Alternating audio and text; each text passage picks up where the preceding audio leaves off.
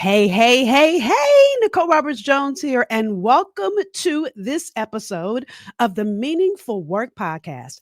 I'm always excited, blessed, thrilled, and saying yes to my calling as I do these episodes. And so, listen, y'all have to know that I study, I pray, and this is the insight God has uh, imparted to me that I thought was only going to be for me. And then I realized He taught me these things so that I might share it. So, before I start, let me say my allergies are off the chain today. So as I cough, I'm going to move away from the camera, the microphone.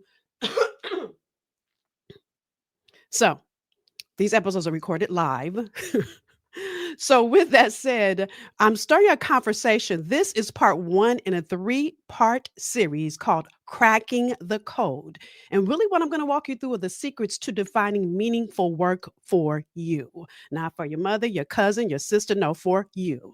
You've got to understand all of us have our own calling, our own arena God has called for us to tend to and to keep. And so, in this three-part series, my goal is to teach you what that looks like, how to define it for you. I'm going to give you a gift, so hang tight for that to help you actually do the work I walk you through in these episodes. Now, a couple things before I start.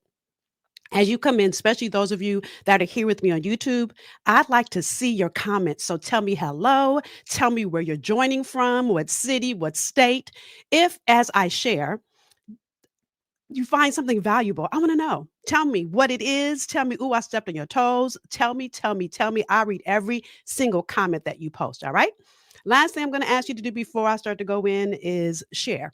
Share this content with people in your network because you never know if this is the missing ingredient to them going after their meaningful work and life as well. All right. So, with that, again, we're going into cracking the code. And really, to crack the code, we got to use what I call the fulfillment formula. So, let me also say before I start, this episode might be a little longer than usual. Usually, I like to try to keep these to 30 minutes or less, but because I've got to give you context to this code that we're cracking, this will take me a little longer. Okay, so let me go back to why I'm even doing these podcasts. So I shared this Bible verse with you in episode one. Beloved, I pray that you may prosper in all things and be in health, just as your soul prospers. See, God wants our soul to prosper. I call that doing work that sets your soul on fire because who walks around talking about souls prospering? But I like to think, or I not like to think, I know that when I'm doing the work that God has crafted and created me to do, I am happy. I feel like I'm not working. I could be in here for hour upon hour upon hour because I love what I do. That's what I mean by your soul being on fire. It's the excitement and zeal. Okay. So, because the Bible verse says soul prospers, I want to pull up the definition of prosper, which means to succeed in an enterprise or activity, to become strong and flourishing. So, of course, God wants you to succeed and He wants you to be strong and flourishing. He wants you to thrive. By the way, those of you that are listening on audio, I'm always going to encourage you to come on over to YouTube because I'm showing slides. My YouTube channel is nrjnetwork.com. Okay. Now, this whole conversation is in alignment with this Bible verse that I shared with you during episode one, which God dropped in my spirit, told you the whole mandate He gave to me. And then I realized it was for all of us. And it's Genesis 1:28 that says, Then God blessed them and God said to them, Be fruitful and multiply, fill the earth and subdue it. Have dominion over the fish of the sea, over the birds of the air, and over every living thing that moves. So, we're highlighting here be fruitful, multiply, subdue it, and have dominion. This is what I call the fulfillment formula.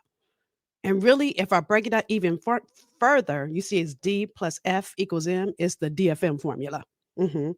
And so that really is what I'm going to walk you through. And before I start to go in on this formula, I want you to understand why this is so important to me. Okay. So it's really based on my own journey. So some of you guys that have been here with me for a while, and by the way, if you see me looking down, it's because I'm looking at my notes because I could talk about this for the next 3 hours, but I'm committed to keep it under 40 minutes if I can, right? So listen, when I got called into this work, it was at a time in my life that I had the job I've dreamed of ever since I was 7 years old. And some of you guys that have heard my story, hang tight. I want to make sure those of you that haven't understand why I too had to understand how to crack the code to live as the highest and best version of who God created me to be. How I began to do this work, how I got clear on my lane, how I got clear. And now that clarity, I've studied it, read books on it, gone to classes, got certified on it. And now I'm teaching it to you. So again, I started this work. This was back in 1993 when I had the career I've dreamed of ever since I was 7 years old in the entertainment industry. Back then, I was working for Viacom's largest cable network. We had an outreach to over 89 million homes on a weekly basis. From there, I got elevated into a casting position on the number one television show on Fox. And then from there, I worked for an entertainment group, and what we produced generated over $12.6 billion a year. The television shows, the films we produced, right? So sharing that with you because I was playing pretty big, and I loved every minute of everything I was doing. But in the dark of the night, when I was by myself, I felt like something was missing, and I couldn't understand how can I feel like this when this is the job I've dreamed of ever since I was little. But I felt like there was a hole in my soul. And some of you may be in that place right now. And if you're not there yet, you will be. I remember reading Michelle's book, Michelle Obama. I said Michelle like I know her. Michelle Obama's book, Becoming. And she talking about having gone through law school and raised through the ranks and got to the highest position in her law firm and realized she hated it. So whether you're in a place where you hate your job or you feel like something is missing, this is for you. And again, if you're not there yet, you will be. So hang tight. This strategy is still going to bless you. So I remember feeling like I was at a crossroad.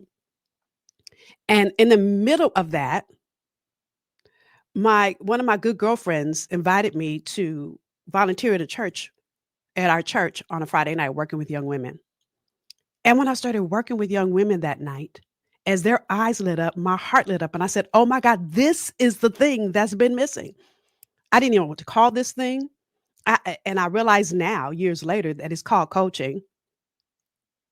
But for the first time in my life, my soul was alive. So I had a decision to make. And that's the crossroad I was at. See, in one direction was everything people knew me for. In one direction was my undergraduate degree, all the ways I had climbed and matriculated through the entertainment industry and all the perks I had gotten, the VIP status, the events I had gone to. Matter of fact, my girlfriends were saying to me, "Are you crazy? Do you know the red carpet event we went to and the VIP status and all the premieres we get to go to?" And in this direction was this thing that I had never heard of. But again, for the first time in my life, I felt more alive than I've ever felt. And so I had a decision to make. And so many of you are at that same crossroad right now. It was in that crossroad that I began to study. And in that study is when I began to learn all the things I'm imparting to you in this three-part series, right? So part of that, and by the way, yes, I started coaching. And yes, by the way, the thing that's so interesting is your purpose matriculates, y'all. Was I meant to do TV and film? Yes. Do I miss it? Yes. And I'm sure guys at some point is going to call me back into it. But here's the thing I think is interesting. When I worked in television and film, I did casting and production. What do I do now as a coach? Casting. I'm helping you get in the right role that God ordained for you. And production. When I'm working with entrepreneurs, I'm helping you produce all the ways that you should serve people. When I'm working in corporations and developing programs, that's production, y'all. So what God did was enlarge my territory. More about that as we go deeper into these episodes. But here's what I want you to get. I've got to walk you through steps. Before I do that, let me give you some more context to this conversation. Okay. So, by the way, I saw this quote. Oh, let me say this. I didn't tell you. We're in the first step, by the way. The DFM formula, the first step is dominion. Okay. Now, I saw this quote some time ago. Exercising royal dominion over the earth as God's representatives is a basic purpose for which God created man. Man is appointed king over creation, responsible to God, the ultimate king, and as such, expected to manage and develop and care for creation. This task to include actual physical work. Deep, right? Now, anytime I think of royalty, and to give you context to this, I want to put it to you like this. You were created to be royal. You were created to be royal. There's a Bible verse that says, 1 Peter 2:9, but you are a chosen race, a royal priesthood, a holy nation, a people for God's own possession, so that you may proclaim the excellencies of him who has called you out of darkness into his marvelous light. And I want you to really think about the quote I just read, exercising royal dominion over the earth, and how you are a chosen race, a royal priesthood. Don't let that word priesthood hang you up. And I really wonder if you realize you are a child of the king. Come on, somebody. You are the child of a king. So when that dropped in my spirit, it made me think of one of my favorite series on Netflix called The Crown. Have you seen it? Now, spoiler alert, I'm not going to tell too much if you haven't seen it. Now, in full disclosure, I've only seen like the first 3 seasons. I didn't watch all of it. But the thing I think is so interesting about that series is watching Queen Elizabeth and how she became queen. We start her off as princess. And so there's 3 things that we learn from, or really that I think are paramount to this process before I walk you through you having dominion and you understanding that you are royal. There are 3 steps that movie, understanding your royaltiness, your royalness, yeah, that are important here. And I'm gonna walk you through the 3. So first is you gotta let go of who you were. You notice I said who you were. Now, again, if you watched The Crown, you notice that when Elizabeth became queen, first of all, she was already married. Her surname shifted. She no longer had her husband's surname. She had to let go of who she was to become the crown, to become the queen. And I wonder if you're held on to perception and what people think you should do or should be, or who you used to be before you grew into the person you are now, or what your family thought you should do. I remember one of my clients who her family thought she should be, well, her family pushed her into law school, heavily suggested. She climbed through another lawyer, climbed through the trajectory of being a lawyer, was doing great, but always wanted to be a journalist. So she got to that crossroad. Does she go into journalism or become partner in her law firm? What do you think she did? She let go of law, of who she was, to become a level of herself she had not yet become. And the hardest part sometimes is letting go of who you are to become who you have not yet become. There's a Bible verse here that says, therefore, if anyone is in Christ, he is a new creation. Old things have passed away. Behold, all things have become new. There's another Bible verse that just popped in my spirit. I believe it's Philippians 4:13 through, hold on, I'm gonna look it up real quick because it just popped in my spirit. That says, forgetting those things which are behind and pressing forward to those things which are ahead, I press for the mark. Right. So let me look it up so I can tell you where it is. I know it's in Philippians. I think it's Philippians 13 or 14, something like that. Hold on, y'all. I'm looking. 3. Yep. 3:13 and 14. Now I'm going to read it. Brethren, I do not count myself to have apprehended, but one thing I do, forgetting those things which are behind and reaching forward to those things which are ahead, I press toward the goal for the prize of the upper call of God. Forgetting those things which are behind. Your bio, your resume is done, complete. What's the version of you that you have not yet become? See, when you're royal, you let go of yesterday to move into tomorrow. So that's part 1 there. All right. So then let's move into number 2. Number 2, when you become royal, your identity is partnered with an entity. Your identity is partnered with an entity. I said this in episode 1. And by the way, if you didn't listen to episode 1, go listen to the first episode of the podcast. Because what I'm going to say right now, totally, I'll walk through this much more deeply. When you say yes to God, God is looking for you to partner with him to do the work to bring the kingdom here on earth. That's why he gifted you a certain way. That's why you have a natural propensity for certain things. You love certain things and you hate certain things. That's because God intended that. The question is, are you clear on God's intention for you? And are you willing to partner with God to do the work he crafted and created you to do? The thing I love about watching The Crown, again, if you haven't watched it, go watch it. If you've watched it, then you're going to hear what I'm saying or go watch it again, is that Elizabeth had to let go of who she wanted to be and partner with an entity to bring the monarchy forward. The same way God is looking for us to bring the kingdom forward here on earth. And you don't need to be in a pulpit to do that. Matter of fact, can you imagine if we all were only in the pulpit? Who would make our food? Who would make our coffee, which I'm getting ready to drink a sip of right now? Who would make our lipstick? Who would have hair care products that I so need? I can go on and on. Who would have my foundation and my lipstick? We all are needed and necessary. Matter of fact, had somebody not be gifted Steve Jobs for a phone, I couldn't have looked at my Bible verse that quickly. So I need you to understand God is looking for you to partner with him. That's a part of him making you in his image. Now he wants you to be a partner, a co-CEO. Well, not a co-CEO. I always say he's a CEO. I might be the COO, right? But he's the boss. And then number 3 here, right? Oh, let me say this, heir. Heir means a person inheriting and continuing the legacy of a predecessor. Join heir, y'all. One who inherits or is entitled to succeed to a heredity, rank, title, or office. So you are inheriting a legacy. I can't wait for you, by the way. You've got to watch my first guest when I interview Apostle Isaac Petrie. Let me tell you, he goes into that deep. Don't miss that episode, y'all. Don't miss that episode. Because I'm just giving you highlights here. And I'm giving you these highlights so you can understand when I start going into dominion in a second.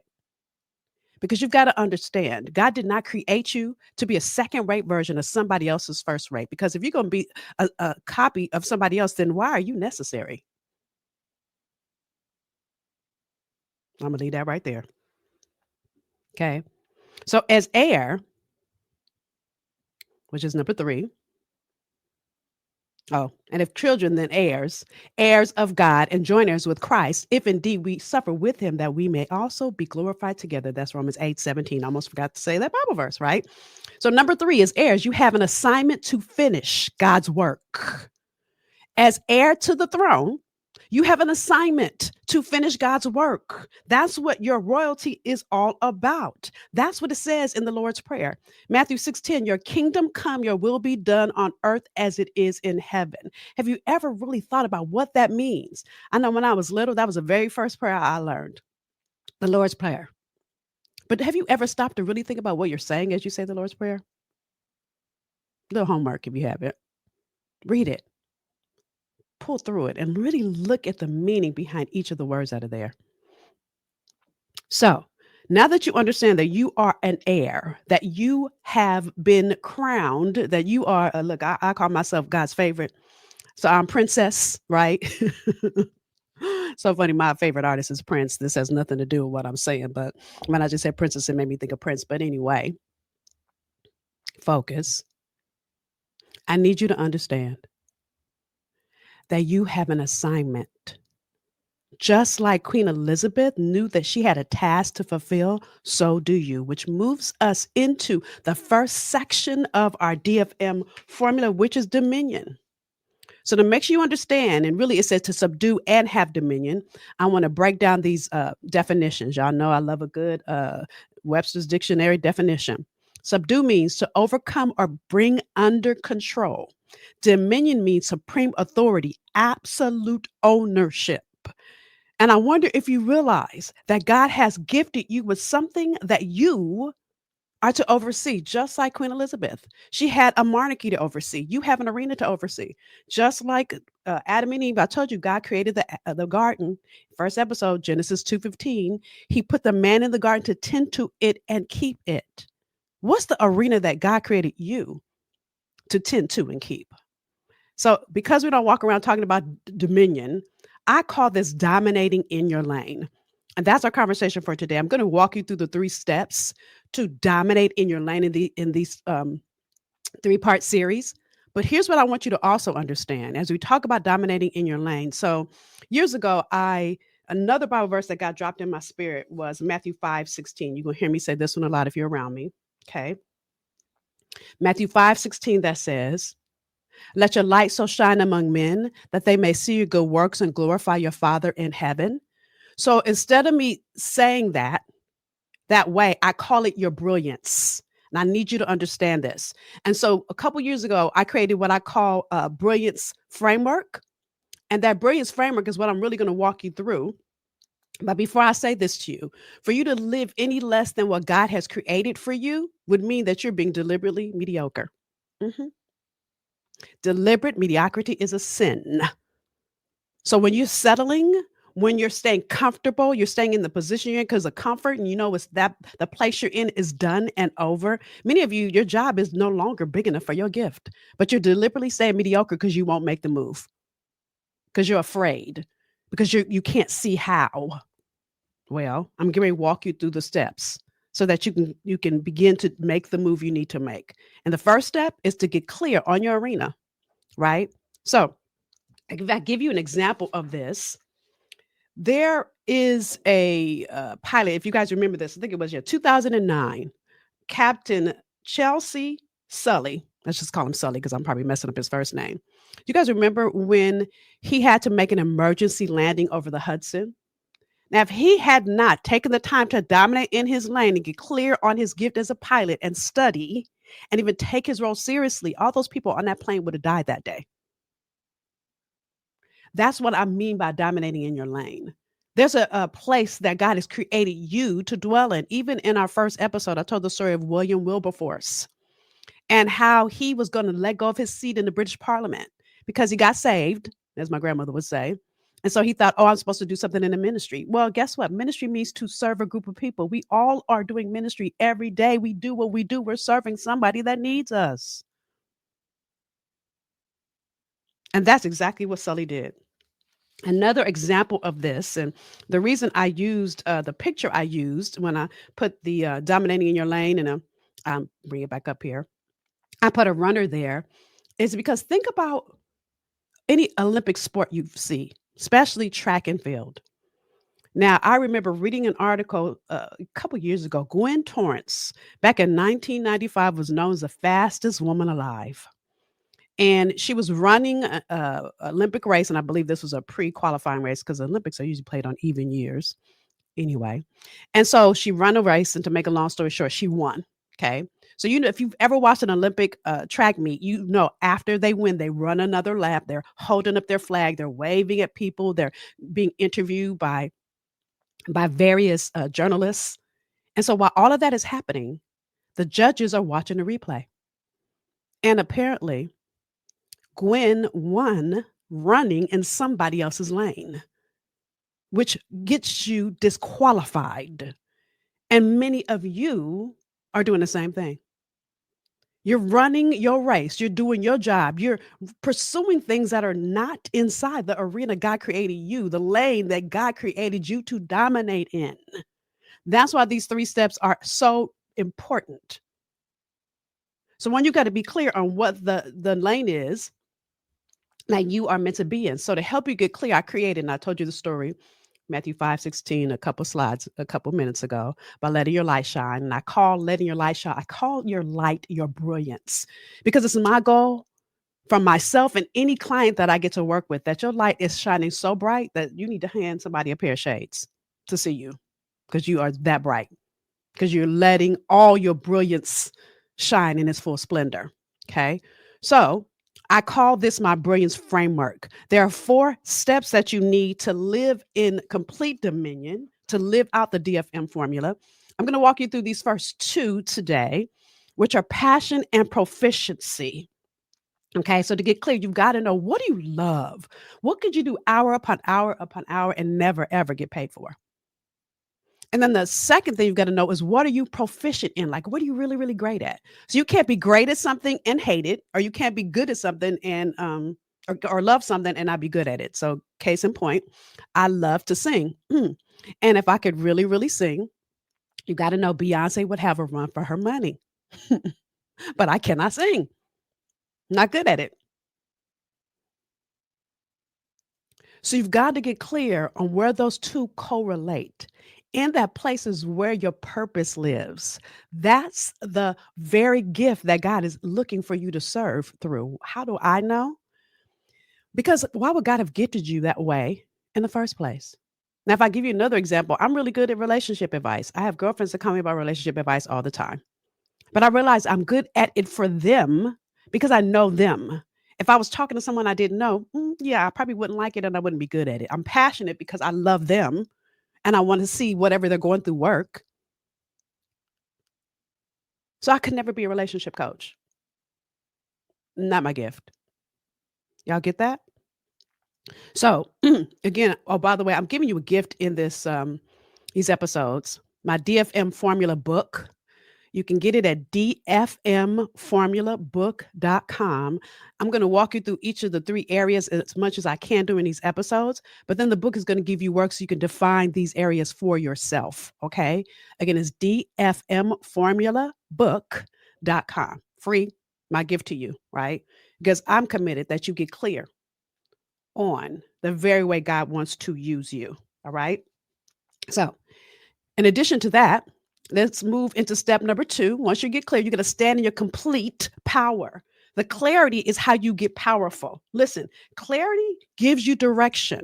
It helps you stay focused. It helps you understand where you want to go. Clarity eliminates distractions. Listen, there is a Bible verse that says Proverbs 29:18, which I don't think is on the slide. It's not.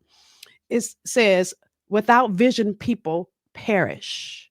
So without clarity, you have no vision. How are you knowing where to go? It's like me telling you to meet me for lunch, and I'm just like, meet me at 12, and I don't tell you where to meet me. How do you meet me?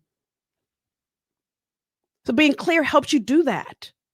Clarity also helps you be proactive rather than reactive because you know if this is where I'm going, let me make sure that everything I'm doing gets me to this place. And to so add to clarity, you've got to stand in your complete power. See, people will try to make you second guess yourself. They try to make you think, oh, well, you shouldn't do that. And this is what was happening to me, by the way, when I had started coaching young women in that church that night. And I knew this was the place God meant for me to be in. Now, my friends meant no harm by this. When they were saying, have you lost your mind? Well, I felt like I had lost my mind. But I had to understand and get clear on this was God talking to me, much like when you're pregnant. Nobody's pregnant with that baby but you. Nobody can push it out but you. Same thing. And sometimes people may not understand where you're going, but God does. So you've got to be clear. Then you got to stand in your complete power. The thing I love about even talking about standing in your complete power is one of my favorite Bible verses. If you're around me, you'll hear me say this Bible verse all the time.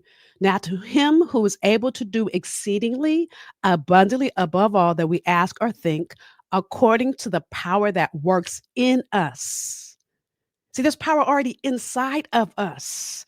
But we've got to plug in and power up to that power. It's just like my cell phone. If I don't plug my cell phone in at night, the next day it's not going to work. Many of you are not plugging into God. Listen, I'm going to give you as much methodology as I can in these episodes, but you need both methodology and revelation. Revelation is only God given. Can't give you any revelation. I can point you in the direction of what to do to get to that revelation.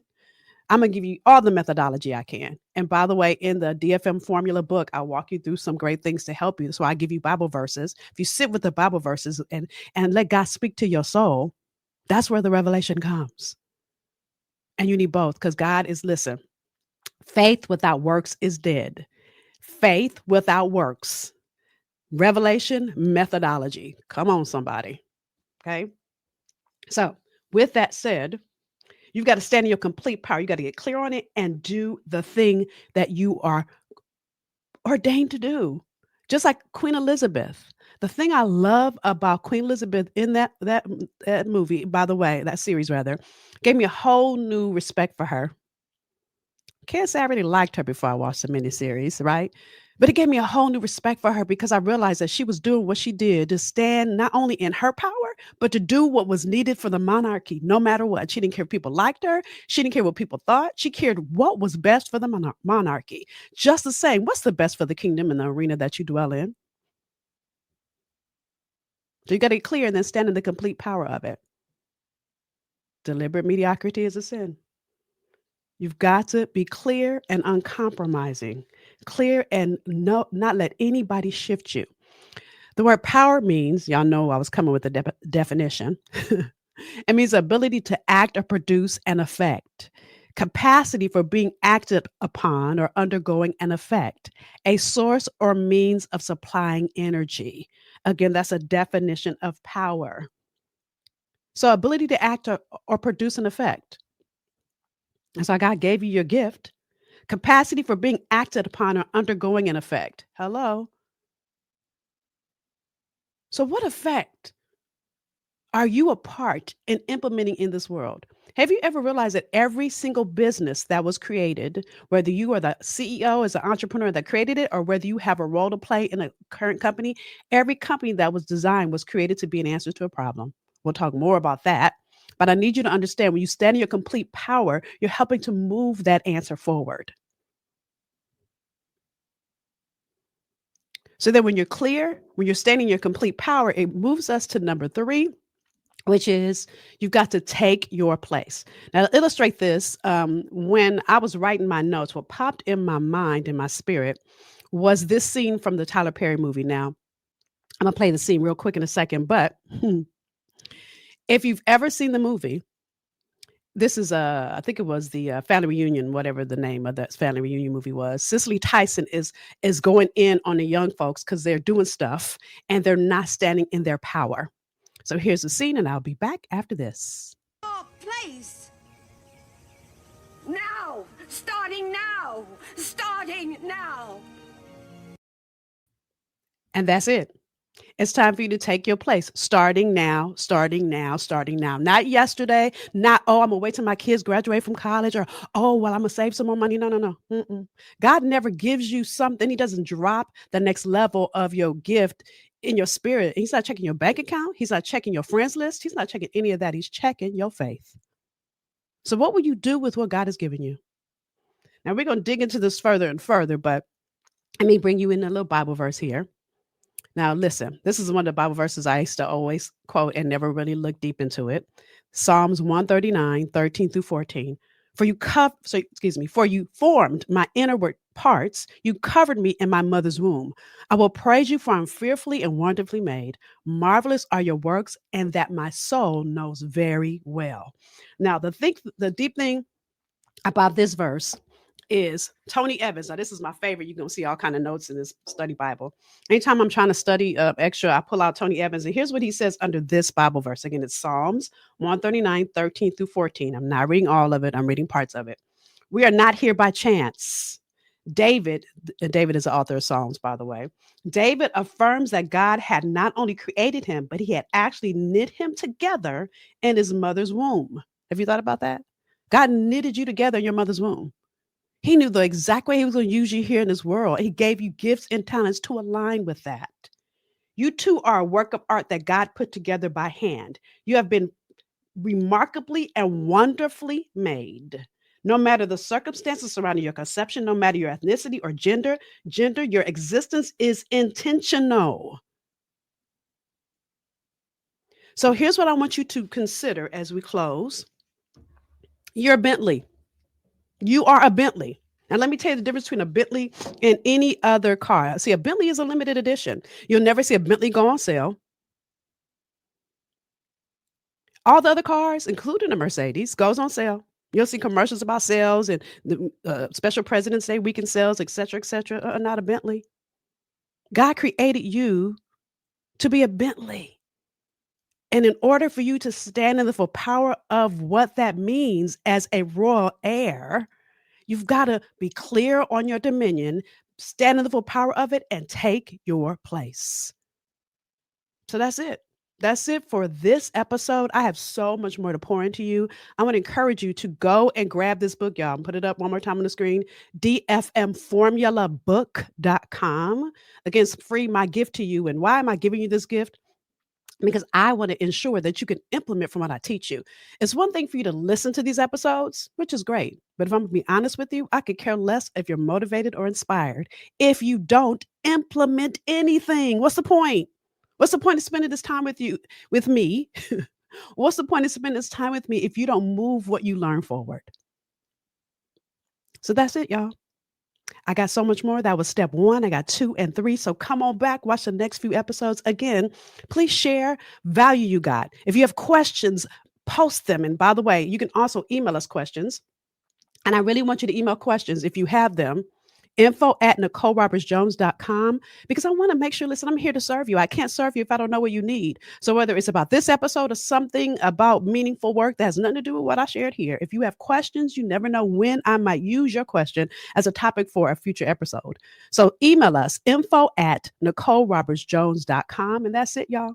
That's it for this episode. Please, number one, tag somebody you know that needed this and or share this episode so that others can also benefit as we dig deeper into cracking the code and go into the fulfillment formula even further in episode 2. I'll see you there, y'all.